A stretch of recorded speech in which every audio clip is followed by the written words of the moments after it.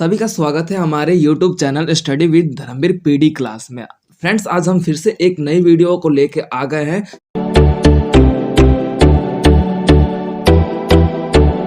जो third year का जो आपका बुक है BPAG 174 यानी कि डिजास्टर मैनेजमेंट, तो हम इस वीडियो में आपके 9th से लेके आपके 15 तक जो चैप्टर है उनके बारे में पर्टिकुलर पढ़ेंगे कि कौन से चैप्टर में कौन कौन से टॉपिक आप एक्सप्लेन करने वाले हैं या फिर पढ़ने वाले हैं। इससे पहले फर्स्ट से लेके 8 तक जितने भी चैप्टर्स हैं उनका हमने फर्स्ट पार्ट में जो वीडियो है आपको डिस्क्रिप्शन में मिल जाएगा, उसका लिंक आप वहां से जाके फर्स्ट पार्ट का वीडियो देख सकते हैं, जिसमें हमने ये देखा कि फर्स्ट से लेके 8 चैप्टर तक आपने क्या क्या पढ़ा।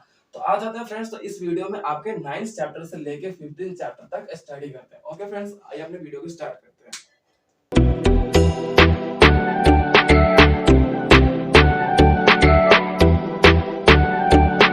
हम चैप्टर नंबर 9 में यही पढ़ेंगे कि पुनर्वास, क्योंकि जब आपदा आती है तो किस प्रकार से लोगों को दूसरे स्थानों पर भेज दिया जाता है रहने के लिए। और उस स्थिति में जब आपदा का जो संकट है, जो समय काल है या फिर जो टाइम पीरियड गुजर जाता है, कुछ समय के बाद सब चीज नॉर्मल हो जाने के बाद उन्हें दोबारा लोगों को बसाया जाता है क्षेत्रों में। ठीक है, तो वो आपका देखा जाता है या फिर उसके मेंटेनेंस को किया जाता है, तो वो आपका पुनर्वास कहलाता है। पुनर्निर्माण की व्यवस्था में ये देखा जाता है कि जब किसी स्थान पर आपदा आई है उस क्षेत्र को दोबारा से रिपेयर किया जाता है, उसे बनाया जाता है, तब उसे पुनर्निर्माण की व्यवस्था में लाया जाता है। ठीक है फ्रेंड्स, ये जो पुनर्वास है ना, पुनर्निर्माण के अंतर्गत ही आ जाएगा। यानी कि जब लोग दोबारा बसेंगे तो वो दोबारा निर्माण की व्यवस्था में ही आ जाएगा। ठीक है, अब उसके बाद पुनरुत्थान, यानी कि कहने का मतलब यह है कि इस व्यवस्था में क्या होता है कि लोग अपने आप को फिर से उसी व्यवस्था में जागृत कर लेते हैं जो कि पहले मतलब आपदा से पहले थे।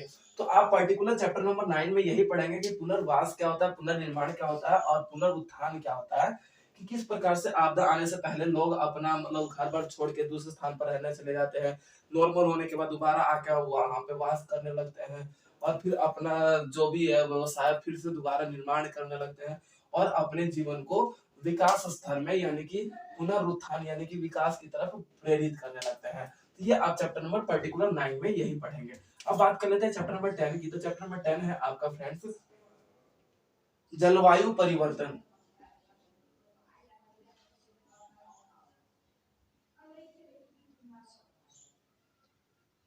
जलवायु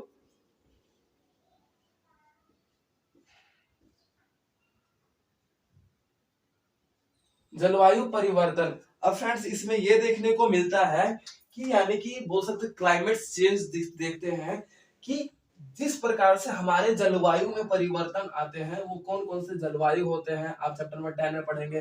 कौन कौन से परिवर्तन आते हैं, कब कब चेंजेस आती है और उन चेंजेस से क्या मतलब बोल सकते हो कि व्यवस्था उत्पन्न होती है, उन चेंजेस से क्या व्यवस्था मतलब हमारे क्षेत्र में हमारे आसपास एनवायरनमेंट में क्या परिवर्तन आते हैं, ये आप जलवायु परिवर्तन के अंतर्गत पढ़ेंगे। अब बात कर लेते हैं आप चैप्टर नंबर 11 की फ्रेंड्स। तो चैप्टर नंबर 11 है आपका आपदाएं और विकास।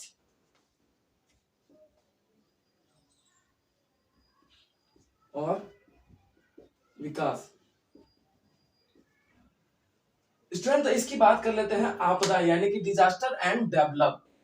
ठीक है, या डेवलपमेंट। अब इसमें अब ये देखने को मिलता है कि जो डिजास्टर होती है यानी कि आपदाएं होती है और विकास, यानी कि इसमें दो रूप देखने को मिलेगा कि जो आपके जो डिजास्टर है और डेवलपमेंट। एक जो डिजास्टर होता है यानी कि आपदा आते समय लोग किस प्रकार से घबरा जाते हैं, फिर भी वो अपना विकास करते रहते हैं, यानी कि अपने जीवन का जो डेवलपमेंट है उन्हें रोकते नहीं है, उनको रोकने की स्थिति में नहीं देखी जाती।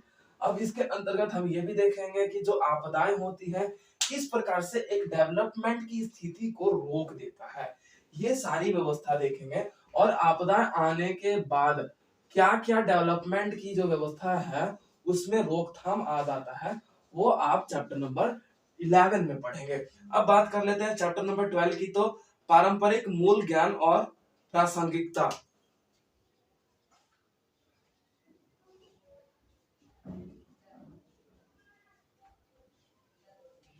पारंपरिक मूल ज्ञान और प्रासंगिकता।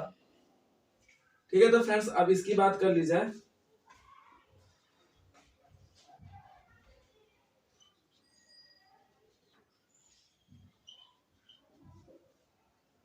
अब इसकी बात कर लेते हैं चैप्टर नंबर 12 की। अब बात यह है कि पारंपरिक यानी कि जो हमारे परंपरा यानी कि पूर्ण रूप से हमें देखा जाता है कि जो हमारे पहले के जो ज्ञान है, अब चैप्टर नंबर 12 में ये देखेंगे जो हमारे पहले के ज्ञान है और जो प्रासंगिकता, उस प्रकार से लोगों की क्या सोच है आज के समय की उस ज्ञान के प्रति।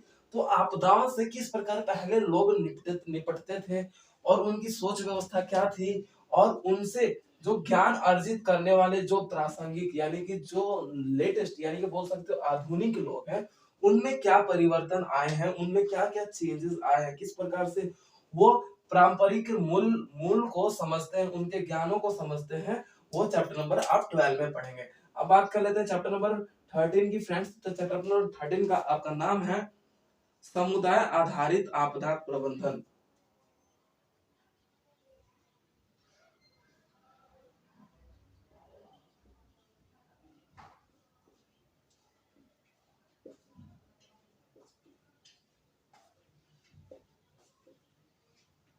अब इसमें क्या है फ्रेंड्स कि जो एक बोल सकते हो पर्टिकुलर समुदाय बनाई जाती है और उसका प्रबंधन किया जाता है, यानी कि उसको रोका जाता है, उसका मैनेजमेंट किया जाता है, उसके लिए मतलब जो भी नीतियां व्यवस्था बनाई जाती है, वो समुदाय यानी कि बोल सकते हो कि एक ग्रुप या फिर बोल सकते हो कि एक गुट बनाया जाता है और उन गुटों के आधारित ही आपदा को प्रबंधन किया जाता है, यानी कि उसको रोकथाम, उसके लिए जो आपदा से हम निपट सके किस प्रकार से जो व्यवस्था अपनाई जाती है, भूखे लोगों को किस प्रकार से खाना पहुंचाना, तो वो एक समुदाय या फिर एक गुट के अनुसार होता है। तो चैप्टर नंबर 13 में आप यही पढ़ेंगे कि जो आपके समुदाय हैं किस प्रकार से वो आपदा प्रबंधन के रूप में देखे जाते हैं।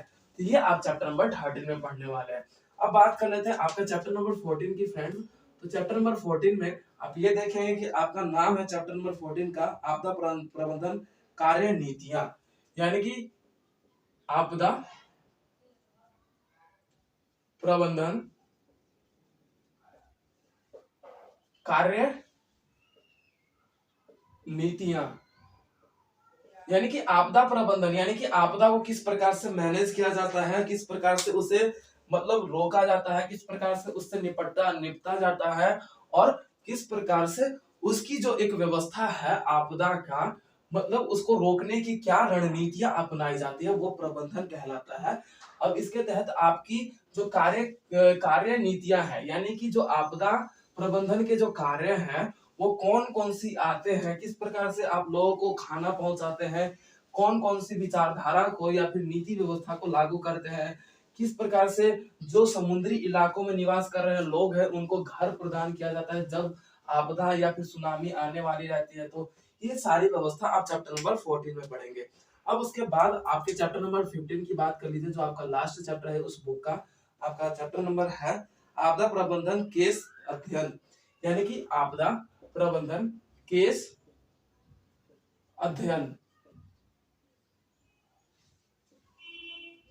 अब इसमें यह देखने को मिलता है फ्रेंड्स कि आपकी जो व्यवस्था है कि जो आपदा प्रबंधन होता है केस अध्ययन, इट मींस यानी कि केस स्टडी की जाती है, यानी कि एनालिसिस किया जाता है कि हम आपदाओं को कौन कौन सी आपदाओं को किस तरीके से निपट सकते हैं। सूखा पड़ता है तो क्या क्या व्यवस्था में पहले ही से ही अनाजों को संरक्षित कर लिया जाता है कि लोगों को अनाज की आपूर्ति ना हो सके, लोगों को पूर्ण रूप से अनाज हर स्थिति में मिल सके। तो उन्हें पहले ही हम क्या कर लेते हैं, एक व्यवस्था का निर्माण कर लेते हैं और उस पर स्टडी करने लगते हैं कि कितने समय तक जो आपदा है कितने लोगों को मतलब नुकसान पहुंचाएगा, हानि पहुंचाएगा।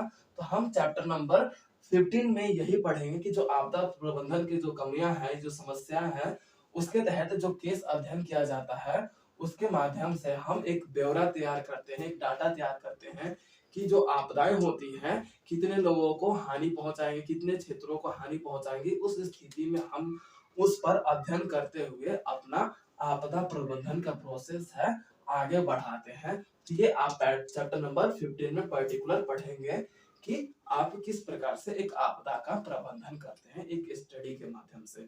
ओके फ्रेंड्स, तो ये आपके पूरे बीपीएजी 174 के आपके पूरे दोनों वीडियोस में हमने पर्टिकुलर फर्स्ट से लेके आपका 15 तक आपका पर्टिकुलर कौन कौन से चैप्टर में आप क्या क्या पढ़ने वाले हैं उसके बारे में डिस्कस किया, जो कि आपके दो पार्ट में ये पूरा डिस्कशन रहा है। तो इसके जो फर्स्ट पार्ट का वीडियो है डिस्क्रिप्शन में मेंशन कर दिया गया है, आप वहां से जाके फर्स्ट पार्ट को देख सकते हैं। तो फ्रेंड्स, आई होप कि आप सभी को 15 चैप्टर्स तक आपने बिल्कुल अच्छे से क्लियर कर लिया कि बीपीएजी यानी कि डिजास्टर मैनेजमेंट में आप कौन से टॉपिक में क्या क्या पढ़ने वाले हो। ओके फ्रेंड्स, तो मिलते हैं अपने नेक्स्ट वीडियो में। Thank you so much for watching this video.